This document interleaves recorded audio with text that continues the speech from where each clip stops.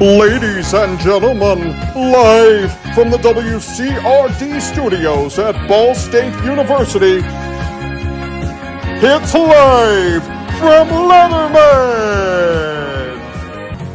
Alrighty, now good morning, Muncie. Morning? It's about 9:30 p.m. right now. Sorry, I'm a little used to doing my early morning shows here. My name is Logan Browning, and you're listening to Live from Letterman. And you know what? I'm flying a little bit of a solo show here today. Generally, this is about the time of day I would introduce my guest host, Mr. Jon Page, but he's feeling a little under the weather right now, which is okay. I mean, you know, it's one of those, I think 2 days ago, the lowest the temperature was reading was like 75, and this morning the lowest was like 48. So, you know what? Sickness is bound to happen, and that's okay. Johnny, if you're listening, or if you're listening later on, it's okay. We hope you feel better. We hope you're doing all right. But today is an exciting show for me. I have a very special guest on today that is weird to say that I've already known for about 2 years now, maybe more.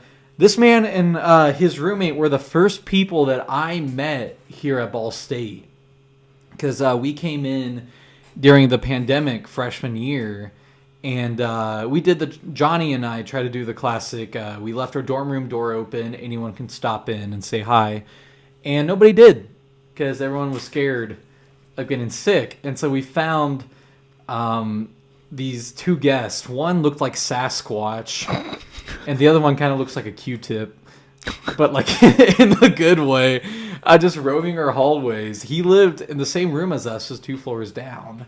Why they were up there, I still don't know, but we can talk about that today if he remembers. Ladies and gentlemen, please welcome Mr. Alex Chinn. Alex, how you doing? I'm doing all right. Thank you for having me, and congratulations on the show. It's a really good job. Thank you. No, we appreciate it. Thank you for finally coming on. I'm glad the schedule lined up there. Yeah, I know it took me a bit, but we're here. Yeah, no, folks don't know this. I've been chasing Alex to be on this show. I think this is our fourth episode right now. So this is the third time asking me or fourth time asking me. Yeah, I think just about every week I've chased Alex at some point. But finally the schedules could align. So now we're thanks here. so much for being here. Yeah. So okay, let me start off with the thing I set up. So yeah, we met you freshman year. Yep. Hung out with you a lot those first couple of days before classes started. Like we got dinner with you and your roommate Jack. Shout out Jack Blades. Not the one from Night Ranger. This was a completely other guy. We got dinner with you guys like all the time. Yeah.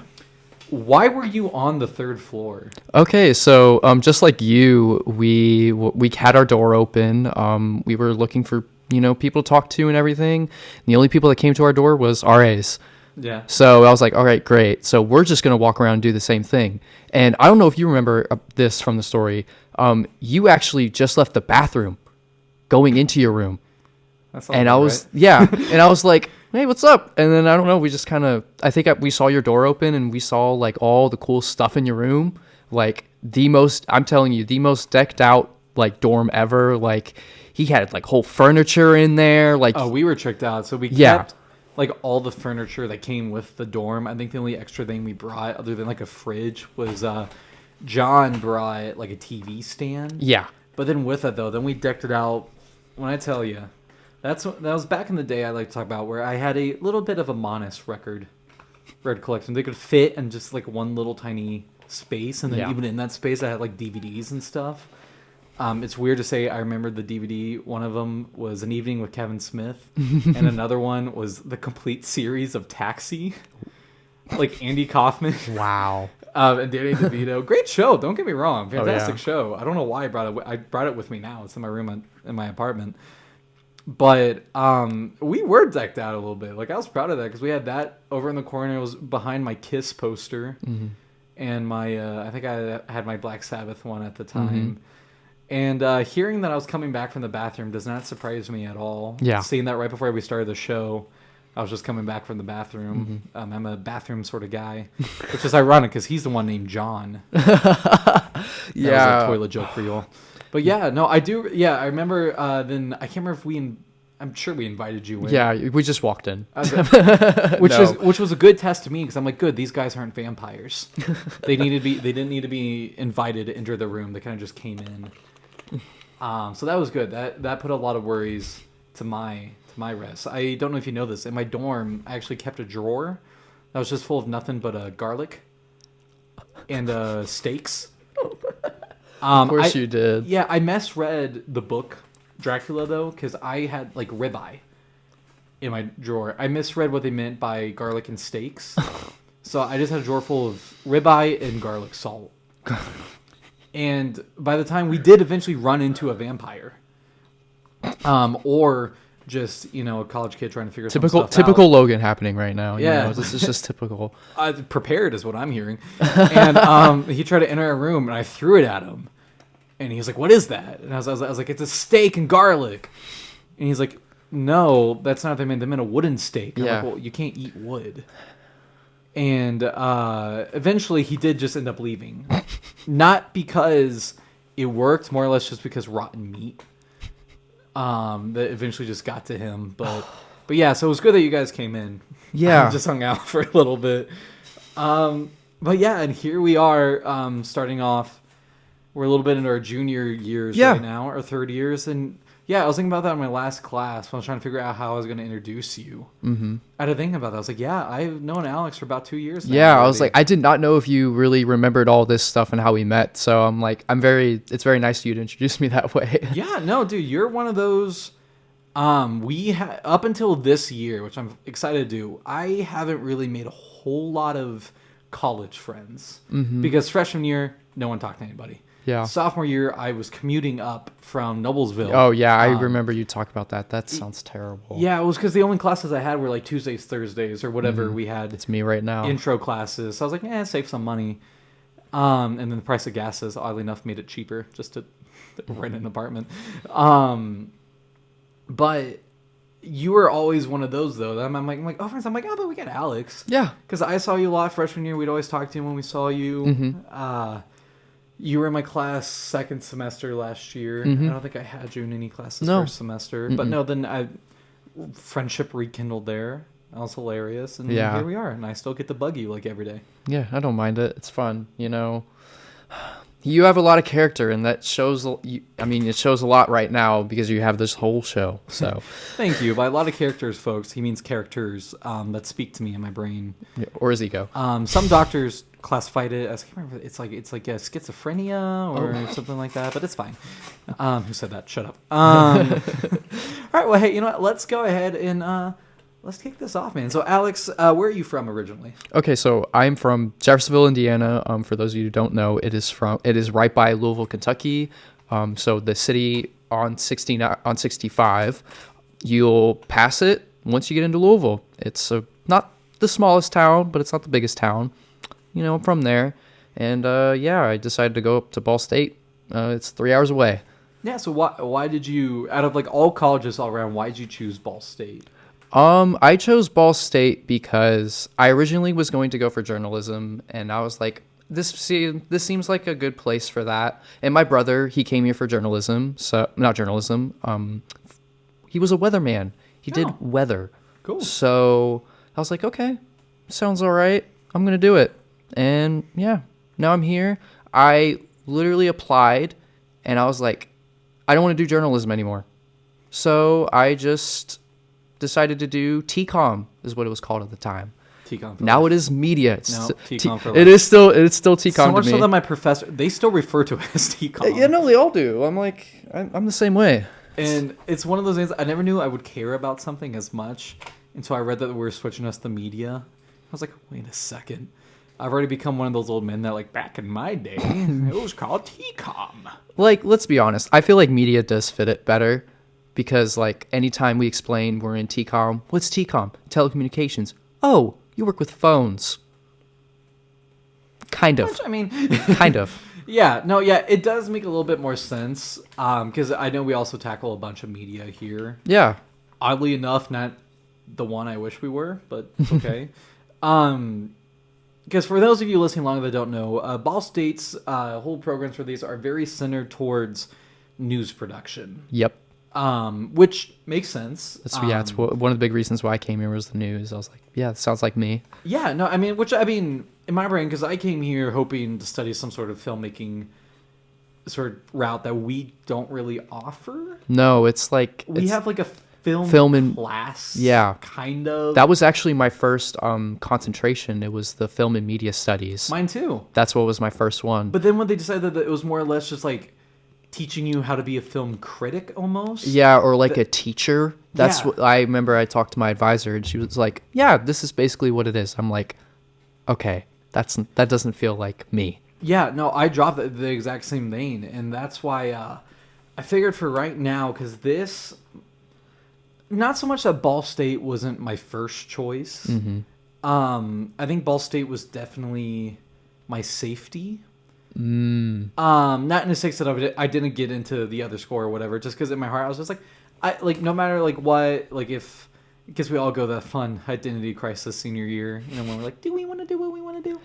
I think we had the biggest, senior crisis in probably the last 100 years. Yeah. So, do we want to do what we want to do? Is the world going to still be open to do what we want to do? Yeah, no. I feel like March 13th lives in our minds, at least in my school and everyone around us. That's the day where the world, changed. That was supposed to be the opening night of what would have been our last senior theater production at schools. We did Clue. Oh. And we had everything, we set costumes, that was our opening night. Yeah. And then they got canceled. And then I'll never forget it because our principal called our teacher, because we were in the study hall. I shouldn't have been in, I didn't have to be. It was seniors can leave during study hall or something. But I knew for a fact I would never get homework done if I did, if I left. So I tried to hold myself to that discipline, and then I had to be back in a half an hour anyways for rehearsals for XYZ, so it didn't even matter. But I'll never forget because he called her out in the hallway, and we could see her freaking out in the hallway. And the only moment in my life I think I've ever tried to show any sort of responsibility, because everyone's running the doors and watching and stuff. I'm like, okay guys, I'm like, hey, everything's fine. Oh my god, they're gonna cancel it. No, they're not. Sit down. It's okay, guys. Just do your homework. Little did they know. Little did they know that's exactly what was happening. I tried, and yeah, she came and she was like, yeah, not happening. We're going to do it tomorrow. And I was like, all right. And we went in tomorrow, and they're like, that's not happening. If you're listening, I know you're not, but if you're listening, Susan Ian, love you. But yeah, no, that got closed down. So yeah, so I was supposed to, the two schools I got into was Ball State and then this place called Pace University. It was up in Westchester, New York, and it was a film school. Oh. I think overall, I think they were just an arts school, and I think they were just an overall college because I think they had a really good medical program. I remember that being part of the tour. But it was a film school. It's all of our classrooms were just mini movie theaters, and it was your first 2 semesters were a bunch of theory textbook, learning the equipment. Second semester was making everything. Have you tried making different stuff? And third semester and fourth semester, it was required by the school you had to get an internship. That was basically what your third and fourth year was. And then they were talking about that they basically had first dibs almost on internships, is a good way to put it, because they knew it was part of the curriculum. Yeah. And we were just a train ride away from the city. So it was, I could have gotten an internship at NBC, 30 Rock, all the big Sony, stuff, yeah. Everything out there. Granted, tuition was probably not even an arm and leg, it was probably the whole body. Yeah, no. Of me and all my loved ones and my firstborn, But typical. It was that or Ball State. And then we entered that part of high school. And so I've always known I wanted to do film stuff since I think 6th grade. If not 6th grade, then it was the summer going into 7th. Yeah, no, I had no clue I wanted to get into this. It literally was just out of nowhere. I'm like, okay, film and media studies. That sounds right. Oh, you want to be a film teacher? No. Okay, I'll just do video production. Yeah. So, yeah. Yeah, no, and it was just one of those, I always want to do that. Then senior year hit, like you were saying, kind of like the rest of us. And this was even before COVID. Yeah. Where then I started kind of basically, meh, is that what I want to do? Blah, blah, blah. And then I actually got into Ball State for theater education, because I really, if anyone who knows me, it's not that I don't like theater as much as I just talked about it for like 5 minutes. I enjoyed doing it. I think it was very fun. I just did shows earlier this year. Like they're entertaining to me, but like I don't sit down and like read plays and like listen to musicals. No. Never really interested me. But I really enjoyed my theater class. Like I thought it was fun. We just played improv games, and I thought that would be a way to, I guess, satisfy like my itch for directing or something. Because I was like, oh, I can just direct the school plays. I was like, okay, that would work. And then I realized that I'd have to deal with high school theater kids for the rest of my life. So I switched. But it was I got in here, like I did the interviews. I did auditions for like the actual theater department. Like that's why I got into this program. The school was for theater and theater education. And then like the first day of school, I was like, nope. Or like we were making classes. I remember meeting with my advisor, and she was like, okay, let's look at all the theater ed classes. I'm like, oh, I'm not doing that anymore. I switched to film and media studies. And then, like, a semester into film and media studies, I was like, no. Yeah. What else can I do? Video production. I figured with that, it's enough common footing. Like, I can probably get enough of the bare minimum essentials to then go into, like, if I want to do not even necessarily a grad school, but then if I wanted to go into a film school after this or something. 100%. We know how a set works. Exactly. We have a bunch of basics down, and I'm so glad that I got all the experience that I did. This, like, I would really say that video production really made me realize how much I appreciate, like, film in general. I always have, but I do appreciate it a whole lot more now, so. Yeah, no, it's one of those, I'm in a class right now called Film Genres. Oh, yeah. Wes Gehring. Love this man. He is a laugh and a half. He had this joke. Yes, it wasn't yesterday. It was Monday. I got stuck talking to him after class because we're studying westerns this week. Ooh, okay. And a lot of the movies we study are a lot more of the 40s, 50s sort of stuff. Yeah. And he was talking about a lot. I can't think of the gentleman's name right now. Can't think of this very famous actor that's just blinking on my brain right now. It wasn't Rod Serling, but like in Western films. No, he was just overall. Oh my gosh, I'm gonna have to Google it. Do it. Let's go. Now I'm trying to think of like what movie would have been in. We've watched like so. Oh my God, Cary Grant. Okay. Cary Grant. Okay. Just remember it. Sorry, folks. Yeah, so one of his series is Cary Grant, so we always talk about Cary Grant. And so with Westerns, I was a huge John Wayne fan. Yeah, that's why I was like, maybe it's like a John Wayne or something. And so I went ahead and I asked him, like, hey, who do you think was the bigger movie star, Cary Grant or John Wayne? He thought John Wayne. I would agree with John Wayne. Yeah, I was about to say, let's be real. I mean, John Wayne has become how foreigners see Americans. Yeah, That's very all the movies are like, the American Do you think cowboy, they still John think Wayne. that? Do you think they still think that now? Yes. Yeah. I wholeheartedly believe. I feel like they would think more like Ryan Reynolds or somebody like that. I feel like he's Canadian. That's how I see Canadians are Ryan Reynolds. like that's what I'm saying. They're like, oh yeah, that's Ryan Reynolds. That's all they are. Yeah, because I think when people think John Wayne, I don't even think they. I mean, I know they always say cowboy, but I think they mean more the rootin' tootin', lean back, grittiness. Like blah blah blah. And I think that's still what they think, or at least in all the movies. That's always like the automatic and John Wayne. Which my favorite one is they said that in Taken to Liam Neeson. Oh, I didn't. Which at the time, like I was like, yeah. And then thinking back, and I'm like, Liam Neeson's Irish, so it was very funny being like, yes, American John Wayne. Yes, I very love John Wayne. I've seen that movie a lot of times for some reason. I don't know. That was the one movie that was on like my DVR at one point, and I just kept watching it. I'm like, this is really good. Taken is awesome. I love Taken 1. Yeah. Taken 2 was pretty good. I didn't mind Taken 2. I don't remember 3. I don't like 3 a whole lot. 3 started an action movie trope that like every third movie in any current action movie franchise does now. So the plot of Taken 3 was the government's now after Liam Neeson. Yeah. Because he got framed for killing his wife. Mm-hmm. I'm going to be honest with you. The thing that hurt the movie was it was the first one to not be rated R. It was rated PG-13. Yeah. And like the ending of it had the villain who was like the cousin of whatever family he's been fighting. Yeah. He had him die by bleeding out. Issue is, though, there's no blood because it's PG-13.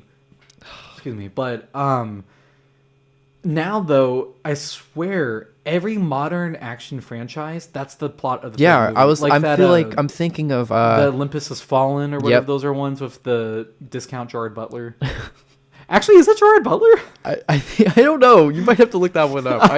Well, basically, there's like 3 of those. I'm pretty sure too. Yeah, it's there's like 80. There's 3 of those exactly because I remember the third one was, oh no, now they're after him, and I was like, I've seen this movie. It was Taken 3.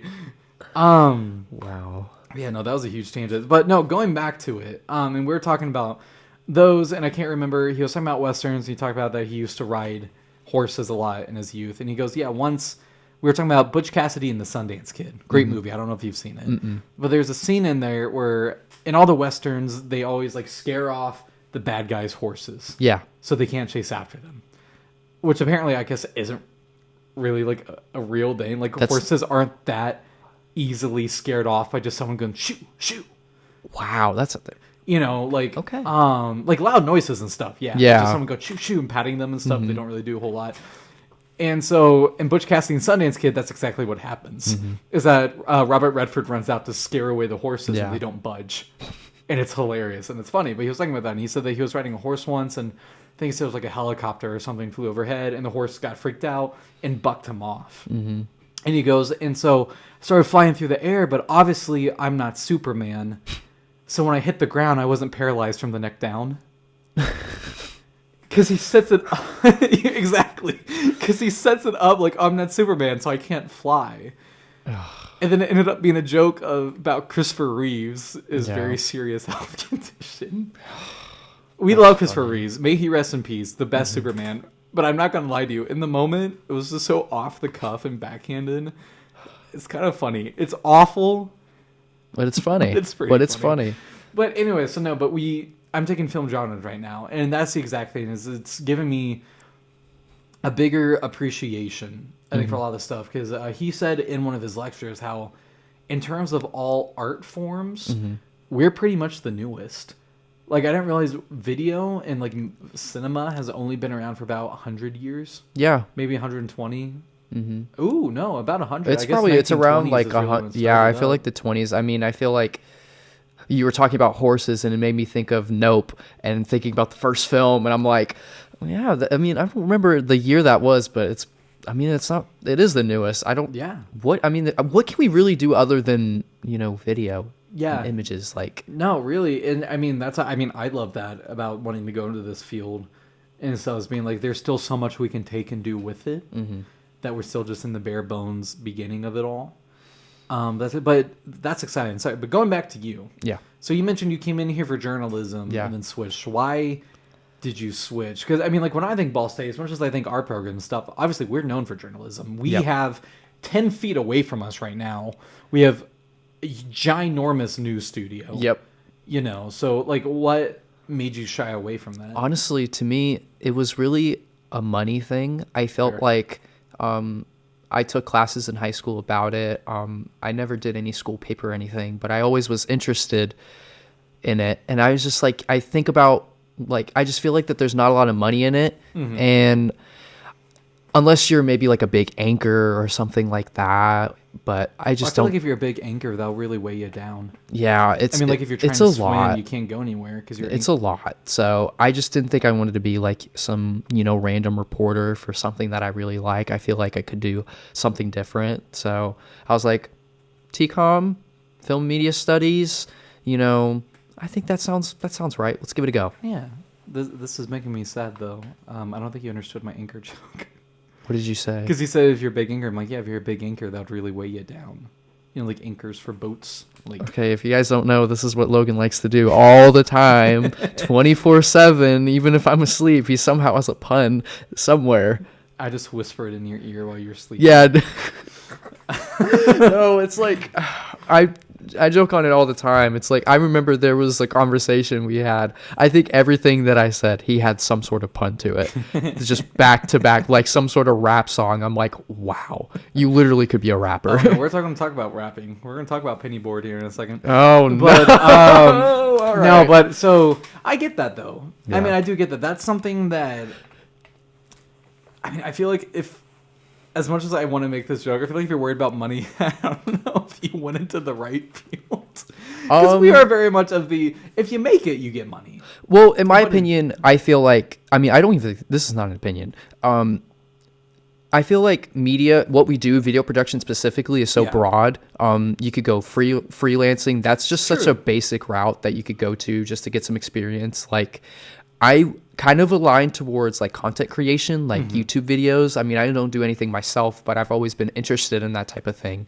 So I feel like that might be a route I might do one day. So, I mean, that route is very competitive and hard to make money on, but here's my thing. If you love it, cool. Like, that's always been my argument for things, is I'll never forget a conversation I had with my parents, which, if you guys are listening, I'm so sorry. This is in no way shade to you guys. Where basically, I mean, we're just talking about like they brought up a good, which is a fair point for them to make. But it was just like, would you be willing to like, you know, the story with Kevin Smith, who was my favorite filmmaker, was until he made it big, he was just working in a convenience store, which is where he made his first movie, Clerks, and then everything blew up. And they're basically like, would you, like, are you willing to do that? And part of me, like, I did have to seriously think about that. Like, that prompted most of my stuff senior year to think about change. And I eventually reached a point in freshman year, it was second semester, where I was just like, yeah, I am. Because what happened was, second semester of freshman year, I wrote a feature length. Which I had no way planned to do. I kind of just did. And just kept going. And I forgot how much I loved it. And how much I loved writing it down. And I was like, man, I really want to do this. And I was like, well, then that's exactly it. I was like, so if that means I have to stay at my car wash job, become manager or something for a bit, just so we can save up funding, go some weird indie movie route or whatever. Like, I mean, if you love what you do, that's what you do. Yeah, exactly. I mean, hey, we have one life here, folks. Let's play it up, you know? So I've always thought about, I wanted to ask you this because, so why is Kevin Smith your favorite? Because I've never seen any Clerks movie. I'm sorry, that's probably very offensive to you. You're good. But like, how do I jack someone off the Because I remember like, what, the new Clerks just came out recently. Yes. And I mean, when was the last Clerks came out? So, I mean, obviously he does other movies than Clerks. So first Clerks shot 92, edited 93, came out 94. Second Clerks came out 06. Yeah. 06 or 07, and then this one came out 2022. Yeah. So why Kevin Smith? What is it about? So, I think, so what first interested me with Kevin Smith was when, I was about late 6th grade, early 7th grade, was I'd always hear people talking about, and like the YouTubers I was watching, because I was watching kind of film area sort of things, was I always heard people talking about this movie Clerks. You know, like that was always the joke. And I looked into it and I found out it was really just this guy just decided one day he wanted to make a movie. And so he shot it in the convenience store he worked at overnight. He talked to the owners, was like, do you guys care if I do this? And most of the cast was all of his friends. And it was most of which he's turned into, like they've been in other movies, done their own stuff. But it's he did it on a shoestring budget.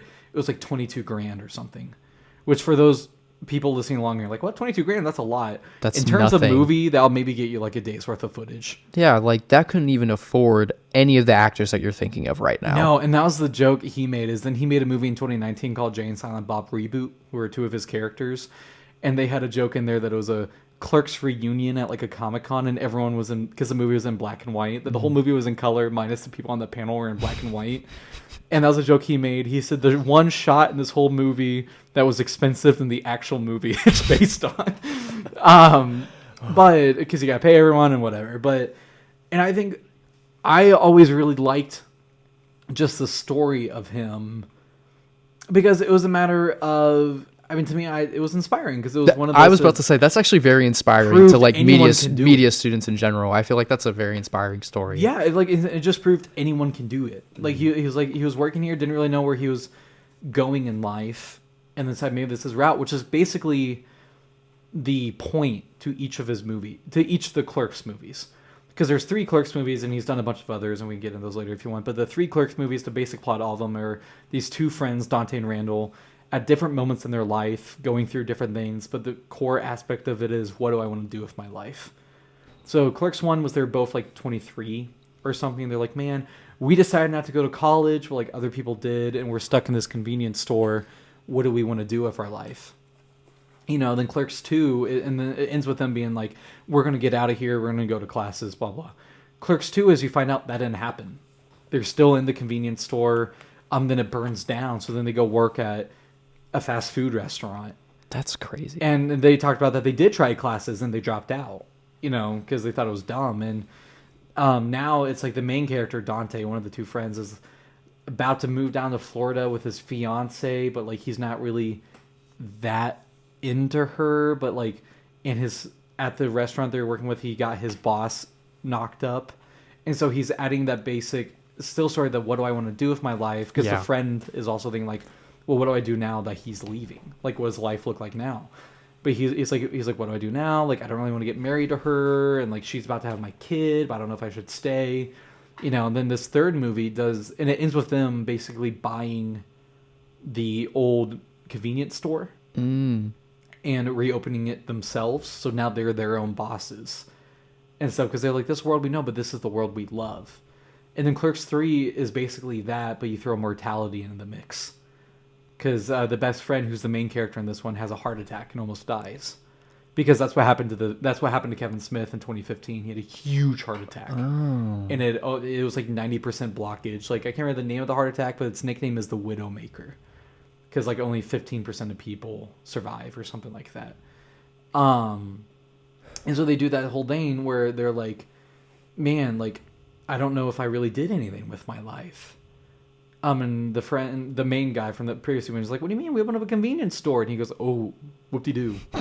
And then in that movie, then he decides he wants to make a movie. Then he makes the first Clerks, and it gets really meta and weird. Okay. But it still follows the same basic premise. I think I've always just liked that he was just an average guy.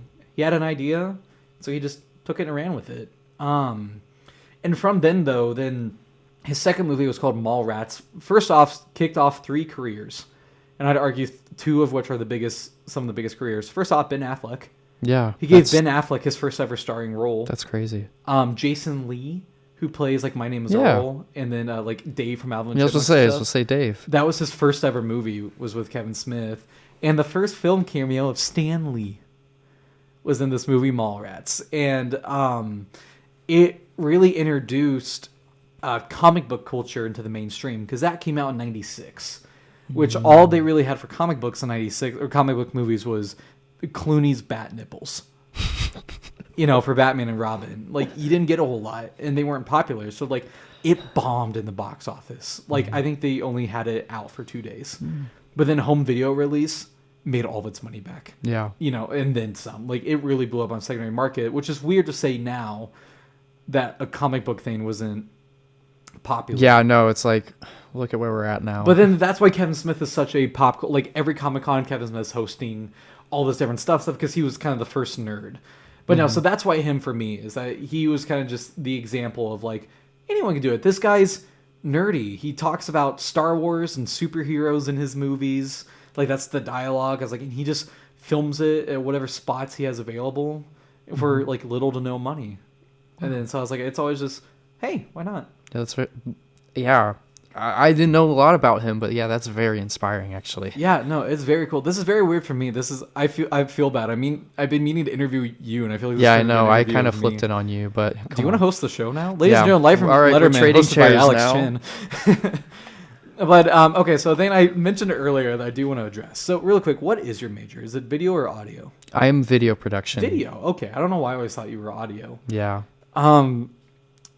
So in one of our video classes last semester, we had to do a special effects test video. And I feel like Alex and I's projects really reflected who we are as people. Yep. I made a video called Robo Dude. Do you remember Robo Dude? Where I dressed up in silly costumes and like basically it was a RoboCop remake. I was wearing tinfoil. But Alex made this beautiful song and music video to go with it called Pennyboard. Yeah, Can you give me a brief breakdown of what Pennyboard is? So basically, it's more of like a longboard diss track. I'm a fan of hip hop music, so I really liked certain people that make videos in the industry. So like Lyrical Lemonade, if that sounds familiar to anyone, he makes really great rap videos, and I was like, I want to make a rap video. So I was like, write what I know, and I know pennyboards. I like pennyboards. I do not like longboards.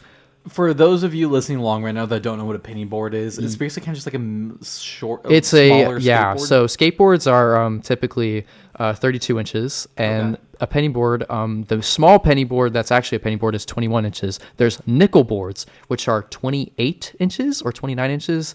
I'm not a nickel guy, but yeah, I'm a pennyboard guy. So, and I'm a small guy, so it's a perfect fit for me. And everyone looks at me and is like, "You can ride that thing?" I'm like, "Yep." Yeah. Like, it's all good. But no, let me tell you guys, this video and the song are both hilarious. And I almost asked you to bring in an MP3 today. Yeah, I mean, I do have lyrics. I can give you a little spin. Oh, please do. Just give me a little bit. Do you need a beat? I can't do one, but do you need a beat? I can run to the grocery store and get you a whole bag of beats. This took me about maybe 30 minutes to make. Good. And I don't remember how long our video was. It's probably like maybe 10, 20 seconds. Yeah. So I was like, why are longboards so long? Like, they are way too long. And I was like, I'm not a rapper, by the way. Please don't ask me for anything. Shout out TCOM 335. And then I said, I ride a pennyboard every day. I got a text saying, you like longboards? I said no. I like pennyboards. You want to know more? I'll show you. Beat drops. My pennyboard hovers. My pennyboard sparkle. It even shoot lasers. That's it. I don't have any more to say.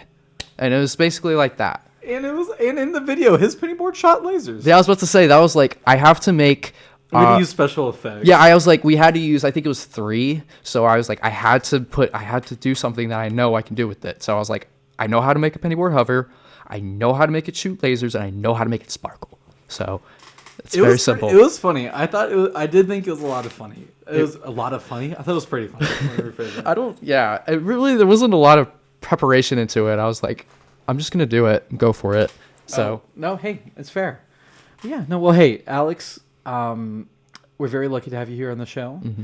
And we are a little over the halfway point, so I think it's probably a little time that we get started on our segments here today. Let's go for it. And real quick, though, before we get into our segments, we're about half an hour in, so let's go ahead and do weather real quick, Alex. Yep, let's do it. So, I would say it's maybe 73 in here right 73. Now? Honestly, I feel like it's a good 70. Like, you can just really have to be better than me. Really tell the difference with 73. Come on. Yeah, so it's not too bad in this room right now. It's a little chilly, but like it has a nice breeze. It's comfortable. Yeah, like I could sleep in this room and be very comfortable. It's very nice to sleep in a cold room. Yeah, no, I agree. No, my apartment at night is set to like 65.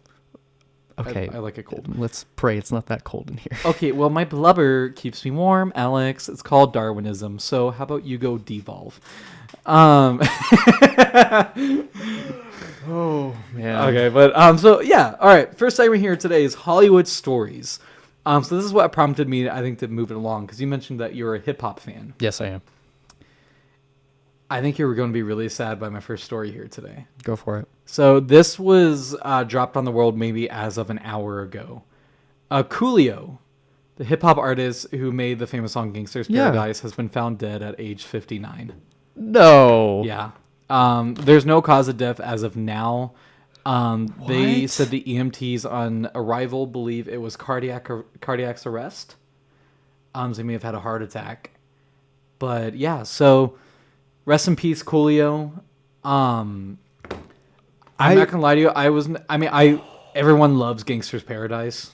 Yeah, I mean, like, Which is where he is right now. He's in Gangster's Paradise. yeah, exactly. Okay, I'm gonna be honest. I really thought he was like joking here. No. Like, I did not think he was. No, Hollywood stories, like we make jokes, but the main stories themselves are pretty much, yeah. This is my first time hearing this. Like, I saw that as I was walking into the studio here today, and I was like, I think I gotta talk about that. I'm gonna be honest. My first introduction to this song wasn't the song itself, and you might relate to this. It's the Weird Al song.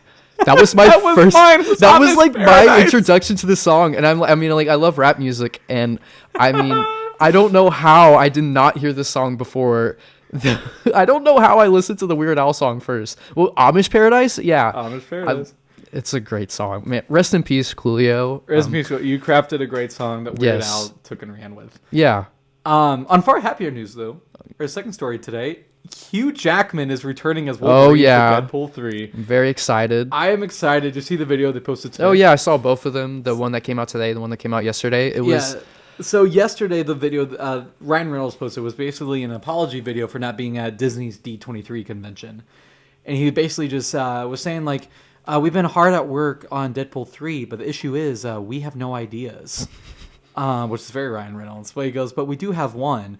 And then in the background of the video, Hugh Jackman just randomly crosses. He goes, "Hey Hugh, do you want to play Wolverine again in Deadpool 3?"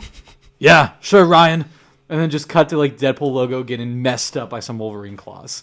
So Hugh Jackman was back, and that was awesome. The world dropped. Everyone freaked out. It was fantastic. I was freaking out. I was Yeah. so happy. Then today they addressed in the second video basically how this works. Yep. Because if anyone listening has seen 2017's Logan, they know Wolverine died. That's how the movie ended. Was Wolverine said that was the send off, and Hugh Jackman's like, "I'm not coming back. Like, this is good play. I played him for like 17 years." And so they put out a video today saying like, "Well, how does this happen?" And they start out by going, "Well, Logan takes place in 2029, so like that's still there. We're not touching that."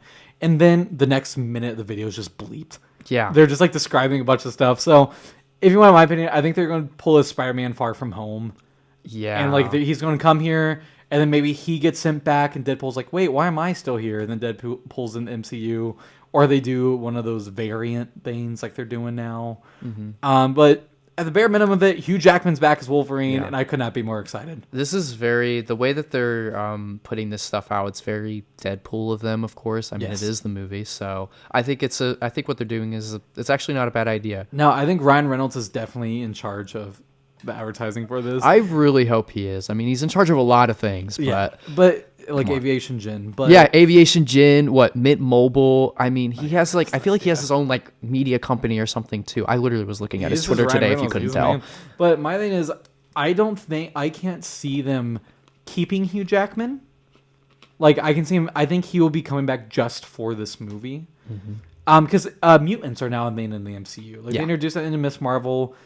They revealed yesterday that Namor, I think that's his name, in think Black so. Panther 2 is classified as a mutant.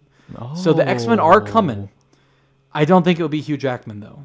If they have, like, I think it will be like a variant one-off thing, yeah. which is sad. Like, I'm excited for someone else to take it. Obviously, you can't beat Hugh Jackman. No, I don't think so either. But it'll be interesting to see what they do with it. And yeah, so then my next story, I have this last one for the day. I'm going to do a quick mini review of that Don't Worry, Darling. Oh, great! I'm so glad. Tell me how you feel. Did you watch it? Yes, I've watched it on Thursday. I'm a Thursday movie guy. I see the movies every Thursday, so it's like the first day they come out. Yeah, no, I wanted to, then I saw it Friday because I was Yeah. busy Thursday. It was all right. I definitely think so. I'm going to try my best to say it without any spoilers for anyone watching who did want to see it. Yep. I was walking out of the movies. I said I would give it a solid 7 out of 10, 7. but I would tell people, I'm like, oh, leaning more towards Yeah. 8. About a week later, I think it's leaning more towards the 6 than the 8, but it's a very good, like, I did enjoy it. It's one of those, I can see why the critics are hating it, Yeah. but I also see why every film school try hard in about a year is going to be like, this is the best movie ever made. It wanted to be far smarter than it came off.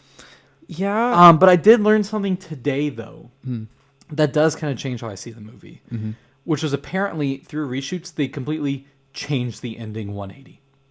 Oh, okay. which I will discuss with you about after that, because there's a specific scene I want to call out that I want to talk about Yeah, on yeah, here yeah. because it ruins the ending. But personally, if you ask me, I think if they kept the original ending in the movie, it would have been a little better. Mm-hmm. This sentence I'm about to say means a whole lot more to media students than any average listener, but Oh, it boy. wanted so hard to be an A24 film.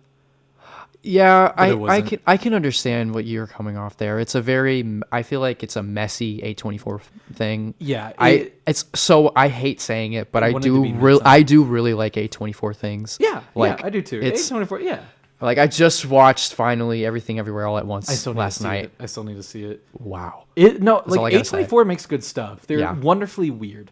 They Exactly. are Hollywood indie movies. Yep. And I love A24. So what I will say for Don't Worry, Darling is performance is fantastic. Yes. I will say Harry Styles was surprised. I don't think he did for me, I don't think he did bad. I don't think it was anything like, oh, Harry Styles is the new it actor, like nothing like that. No, nothing like that. But for what it was, I was like, go Harry. What, Like, I really? was all right with it. Chris Pine was the star. I can. I love Florence Pugh. Like I feel like she does great in anything. Like I love her, but I wow, have a Chris man Pine did crush amazing. on Chris Pine. That I was- love Chris Pine. In that movie, I wanted more Chris Pine. Yeah. Which goes into that original ending that apparently they changed. Wow. That again we'll talk about. Sorry, I'm like blue balling everyone listening right now. I'll readdress this in a couple weeks when kind of like the spoiler ban is lifted. But Chris Pine. Yeah, all the performances. I was also surprised by Nick Kroll. I don't think I've ever seen Nick Kroll in like a big budget movie. I No. think he was in like Get Him to the Greek. Like, he's had small stuff, but Yeah. here he was a supporting character. This was the first time I've seen him in something that literally wasn't Big Mouth. So That wasn't a comedy. Yeah, exactly. And it was pretty good. He did great in it. Yeah. But yeah, that was good. It looked stunning. yeah, no, visuals. this is a and beautiful the props movie. and the sets. The set's beautiful. The colors are everything beautiful. minus the story was good. Yeah, And that the seems to story be a big was a verdict with mess. everyone, and I agree. Yeah. I don't miss it though. I don't think it's worth not seeing. I think you should Watch it once. Yeah, form your own opinion about it. See how you feel. You might love it. You might hate it. We're not all film nerds. Yeah, no, it's one of those. I was like, I'll buy it when it comes out at some point. Mm-hmm. I don't really have an itch to see it again. Like, it would be one of those. I have a couple movies that like I own. I haven't watched since theaters, but Yeah. I own them. It'll probably be one of those. Or like I'll watch it at some point. Yeah. But yeah. So overall, yeah, I still not give mad. it a 7 out of 10. I think Yeah, that's a fair score. I for do. It. I'm a 5-star. I'm 5-star guy. I gave it, I think, a 3.5, So about same on par, Yeah. a little bit there. Yeah. something like that. All right, there we go. Well, hey, ladies and gentlemen, we have about 12 minutes on our show left, which is kind of flown by a little bit. So I think it's about time we tap into some Florida man stories, Florida, which is fun here to say because our guest here actually has one himself. I do. So if for those of you who don't know this show or don't know the segment, every week, John, my co-host, and I usually pick two Florida man stories, the classic fun headlines that we all know, that we haven't told one another. And it's just fun to kind of hear them, hear how weird they are. And so this week I picked up three. I'm going to read one in Johnny's case here. And then I will let our guest read his, which is going to be pretty fun. So my first one here is Florida man trapped in unlocked closet for 2 days. For 2 days. So drugs have to be involved here, right? I feel like that's the theme with a lot of Florida man things is there's just some sort of drug or substance. How does one, like, I have a very favorite story that I didn't know about until my sister's wedding last weekend, which was my dad talked about once. She got locked inside of his car. Not in like a hot sunny day, blah, blah, like no, like just they were getting out of the car and she didn't open the door fast enough and she didn't think to just lift the lock, which he gestured for her to do. But that's the energy I got from this was man was trapped in an unlocked closet for 2 days. Never once did he think just to try the door, which makes me think the drugs. Yeah, I mean, I would have been hungry. That's just my thought process. Maybe he ate the shoes. Depends what closet. Was it a metaphorical closet? Yeah, you never know with these types of things. No, you don't. Maybe. Do you really trust the source themselves? It's like, come on. Are you ready for a shocker on that one? It was Oh. NBC. That was like a major news. Wow. I mean, it's like a local thing. Like what I mean, like the sources is like the people themselves. It's like, Oh yeah, yeah. how can you believe that? Yeah. The second one was Florida man tries to steal a rack of ribs by stashing them in his pants. You know, like that's really tame. I feel like that's fine. See, when I believe read this, that. I was like, I didn't see where they put him, but I hope he put him like across his badonkadonk. Yeah. So when he was walking out, people were like, why is it ribbed? Nice rack. that was good. There we go. See, you're going. I learned from him. You're going around with the rib puns. The other time I read it is I thought about in the Flintstones when they would always put the giant ribs on Fred Flintstone's car. Oh. And it would just like flip it over. That's what I thought this was when I first started reading it. I was like, what the this is Hanna-Barbera that's where is he was happening? inspired from. He was like, That's where he was inspired. He's like, he was watching that at home. He's like, I want some ribs. Mm-hmm. Last one here. This one is the most. Are you a fan of the movie Waterboy? oh yes, Adam Sandler, Bobby Boucher. yes. Florida man tries to flee deputies on riding lawnmower. Well, I wonder does it say how fast it was going? Because if you've ever seen Waterboy, he had a fast Yeah, lawnmower. a fast one. No, I think the one they showed was just one of the little green John Deere. Oh yeah, Like when they're like driving, but like they're holding it up like above shoulder level and like changing them back and forth. I'm like, what kind of industrial lawnmower is this? he drives stick. He drives a manual. Yeah, he's a lawnmower. manual guy. He's not that automatic stuff. All right, Alex, give us your Florida man story. But beyond that, you found your Florida man story in a very special way. Yeah, so I feel like this was a trend a while ago. I feel like on Twitter, people would look up their birthday and then after it put Florida man. And for mine, this comes from the Miami Herald. Naked Florida man stood in fire and chanted gibberish. Mushroom did it, cops said. Here's the thing. So they think it was gibberish. Really, he was speaking in tongues. Yeah, it's like... That is the secret sequel to The Omen I didn't know I needed. That man is a spawn of Satan. Yeah. He was chanting and dancing around a fire in the front yard, and he was standing in the fire at one point chanting gibberish. He also threw a rock through a window of a nearby home, like just to add on to it. Again, see, that's the question of this one. Drugs or demonic possession? Yeah, the mushrooms, that does it. And I mean, listen, the shroom. I mean, look at Super Mario. yeah, look at He this. eats you.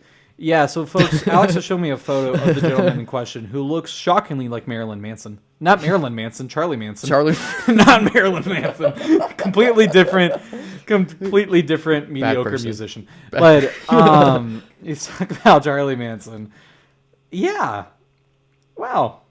There we go. So, look up your birthday, look up your Florida man, or maybe try Florida woman. I've never tried that before. You know what? We're a very inclusive show. Yeah. It's 2022. Mm-hmm. I'm tired of all this sexist BS that you brought on my show, Alex. I'm sorry. How dare you? I try to promote it. Alrighty. Well, folks, even though Jon Page is not here this evening, we're going to go ahead and do a mini condensed version of his sports segment, The Nosebleeds. And the only reason- You all know what that is. he went ahead and he sent us his weekly picks for the football games coming up, which is going to be pretty fun. So I'm going to read them off here. What do we got, Logan? And, wrap up our show here tonight. If you've noticed, for those listening along who've listened to our broadcast, yeah, this one's a little out of order. But you don't have to think it worked. Yeah. I think it was all right. I'm not mad. Alrighty. This is Jon Page's picks. And right now, his picks are still pretty... his record's all right. He's 26 and 22. Okay. So, as we always say, I wouldn't bet based on these picks. He wouldn't bet based on these picks. Mm-hmm. But you know what? They're still just... For someone just eyeballing these, I think he's doing pretty good. 26 and 22, he's still over. Yeah. So that's all that exactly. matters. So for the Browns versus the Falcons, he's picking the Browns. Okay. I don't know how good the Falcons are this year. I just know John's a huge Browns fan, so of course he's picking the Browns. Dolphins versus Bengals, he goes Dolphins. I'm okay with that. My quarterback in fantasy is the Dolphins quarterback. But he's listed as questionable right now, so he better get his act together. Vikings versus the Saints, he picked the Vikings. That's my boy. I'm a Vikings guy. I don't know if he did that because he believed in it or if he did it just to humor me. He did the Bears versus the Giants. He's going with the Giants. Okay. Which I think is probably a little deserved, but I'm also just a huge SNL fan, so da Bears. Da Bears. Versus the Giants. He's gone Giants. Jon Page's next team was the Bills versus the Ravens. He's got the Bills winning that. Okay. Which I think in the animal kingdom, if it was a Buffalo versus a Raven, a part of me feels like you would think that Buffalo would win that, but I think the Raven would, because the Raven can fly away and escape a little more. The Raven can pick out the eyeballs of the Buffalo. I think he's got to, and that's a smart way to pick it. If you don't keep up with this sort of thing, this is a great way to pick your team. Don't look at stats. Don't look at any of that stuff. Just look at the animal hierarchy. Exactly. But John's picking Bills. That's all right. Chargers versus Texans. He's going the Charger. Charger, barely know her. Commanders versus the Cowboys. He's going the Cowboys. Yeehaw. Okay, I'm glad we both wanted the yeehaw right there. I'd be very disappointed if we didn't. Jaguars versus the Eagles. He's going to Eagles. Caw. Jets versus the Steelers. He's going to the Steelers. I think that's okay with that. The only Jets player I know I bring up every week is a fictional one. Flash Gordon of the New York Jets. But, I mean, from what I've heard, they're meh this year. So, yeah, sure. Let's go Eagles. Or Steelers, pardon me. Let's go Steelers. Seahawks versus the Lions. He's going the Lions. Rawr. One more time. Titans versus the Colts. He's going Titans, which I don't blame him. All I heard is that the Colts had a pretty cool win. Yeah. Sunday, apparently. Yeah, no, my dad's big Colts guy. He was like, we're glad that we're winning something, Yeah. The season I don't think the season started off well for them, so. No, well, it's the Colts. And, of course, by normal Colts fashion, they're about to lose this next game. Cardinals versus Panthers. He's going Cardinals. Broncos versus the Raiders. He's going the Raiders, which, all right. Patriots versus the Packers. He's going Packers. That one's a little split for me. Yeah. Because as a Vikings fan, I hate the Packers. But as a human being, I hate the Patriots. Yeah, I feel like. So I think I'm okay with this. Yeah, that's fair. Chiefs versus the Buccaneers. He is going the Chiefs. I think that's pretty fair. Yep. Which pains me because Tom Brady's my backup quarterback. But he's been playing awfully this year. Then the Rams versus the 49ers. Johnny is going the Rams. Which I think is okay, because what the hell is a 49er? I feel like everyone has that question. It has something to do with like it's either 1949 or like 1849. I think it's like a gold rush person or something. Yeah, I think that's something. I think you're right. But then why isn't your mascot do you remember Stinky Pete, the prospector from Toy Story 2? Yeah. I feel like that's what the mascot should be. Not the number 49. That's fair. But yeah, so that was John's picks for this week. I hope those work out pretty well. Those seem like good picks to me. From as much as I know about football, those seem pretty good. Yeah. A 49er is a minor. Minor? It is a minor. You might. Well, they're not a minor if they're 49. Funny. Thanks. And with that wonderful joke this evening, ladies and gentlemen, it's about time that we go ahead and wrap on up. Alex, thanks so much for coming on the show. Thank you for having me. I loved having you. It was fun. We had a good day. Yeah, I'm so glad you taught me about Kevin Smith. That was really nice. Yeah, no, and thank you for somehow reversing the interview on me. I'll take it. It's my journalism in me. Is your journal? See, maybe you should switch back the majors. I'm okay. Alex, I don't know how much of you've listened to the show much, but we end every one of our podcasts with another joke. And the jokes are your favorite. They are the Logan jokes. Awesome. So I generally try to come up with these at some point during the week. Like last week's was, do you know how skiers get around? How? By the ski lift. Like the rideshare app Lyft.